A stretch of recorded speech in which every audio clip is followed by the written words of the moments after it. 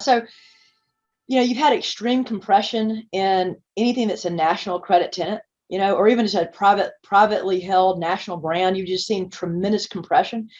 And although the medical office space is compressed as well, it's not as far.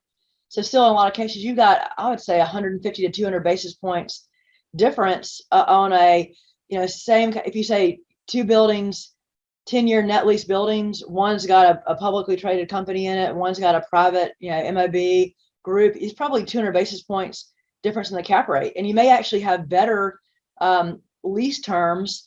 You may have more increases, and so overall more valuable lease.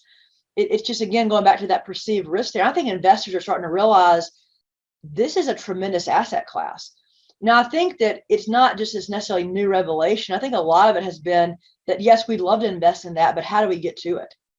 You have huge barriers to entry. And so groups like us, there are not a lot of us out there, but those of us who are out there, we are bringing these deals to market as sell leasebacks, creating the opportunity to have an investment property. So I think we're very early into a massive shift. It's going to be a generational shift.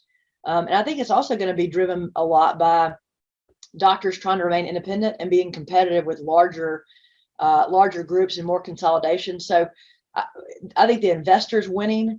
I think that the doctors, the physical therapists, the providers are winning.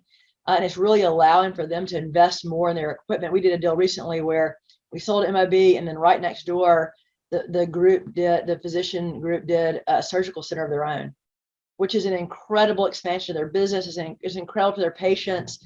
It's incredible for independence. And so those are the real wins that I think everybody is just sort of seeing, that it's a great scenario.